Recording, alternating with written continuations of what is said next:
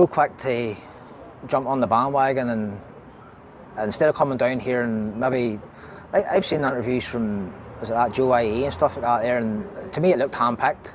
People running people down, and I actually messaged the page to come and down and have a chat with us, like no bad blood, and I'm just like, get both sides of the story instead of painting it one-sided. Exactly, and I mean, at the end of the day, what I found is the people of Ballymena has been very open. I mean, none of you guys know me from Adam, but you've opened up and you've told us exactly what's happened, and that's got to be, that's got to be done. It's just been going on too long, and it's, as I said before, I can't stress enough. It's sad that it's 3 young girls have had this happen to them. Yeah. I think it's barbaric what's happened. Yeah. So and I think they obviously I know a lot. Some of the clubs are maybe not even in the country anymore.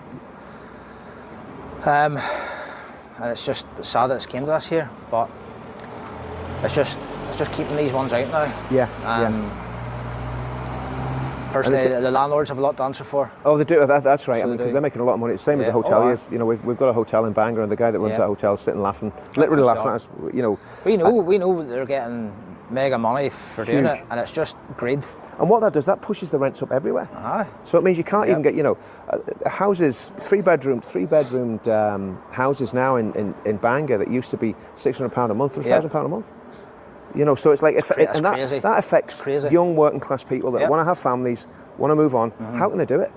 And this is, and I think this is why the government and the media need to wake up and stop just labelling everything as violent, mindless thuggery and racism. Anytime Labour's come in the government, they just destroy the place even more than it already is. Like I personally, my own opinion, that every one of them should be lined up and thrown in jail for treason. So well, I think that's right. I think they are traitors. And not just Labour Party, the Conservative Party were almost as bad as well. They need working class people up there that knows what people's going through, not these ones that's been spoon-fed their whole life with a silver spoon, you know what I mean? It's just getting beyond a joke now. It's getting like, my kids now, they're in their teens there at the minute, and all I'm doing to them is like, as soon as you get sorted in life, try and get out of here, because this country's done. And I think, again, looking at things, the fact that there's a community in Ballymena, there's two communities, the Catholic community, the Protestant community, but they're both communities. Everybody knows each other. If you go up north of the town, everyone will know each other. South of town, and actually even the two communities will know each other as well. They'll know who the faces are. So that's something that it doesn't seem like Northern Ireland has something unique. It doesn't seem to exist so much in England. The Republic of Ireland has it to a certain extent as well, but England seems to have lost that. Because I'm thinking, what can people in England learn from what Ballymena have done? How can they rebuild communities and get themselves? They just need to act now before it's in my opinion, some places like Dublin and all, I think they're too late down there, so they are.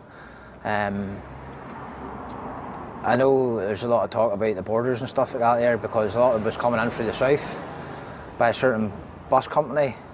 They were taking the 3-day travel from Bulgaria and Romania as well, and bringing them over through the south and up through the north. Nobody's fed it or nothing. I mean, a couple of years ago, there's a guy out in the streets there that people were sort of trying to keep an eye on because they heard a few stories. Interpol moved in on him. He had murdered 2 or 3 people back in Bulgaria. Yeah. So, and was he a Rome again? Oh, yeah. Now you hear he's living in Ballymena. I'm near sure, I'll have to check this, but I'm near sure Spotlight actually did a documentary on the Roma in Ballymena and what they were doing, and the fact that it was an international crime syndicate. I bet that's been deleted. That's what I mean. That's probably been deleted now. Everybody's scared to pull the race card, but see what's happened. I don't even care anymore. You can call me racist. People maybe watch this video, they know who I am, and maybe don't like me. I couldn't give 2 shits, so I couldn't.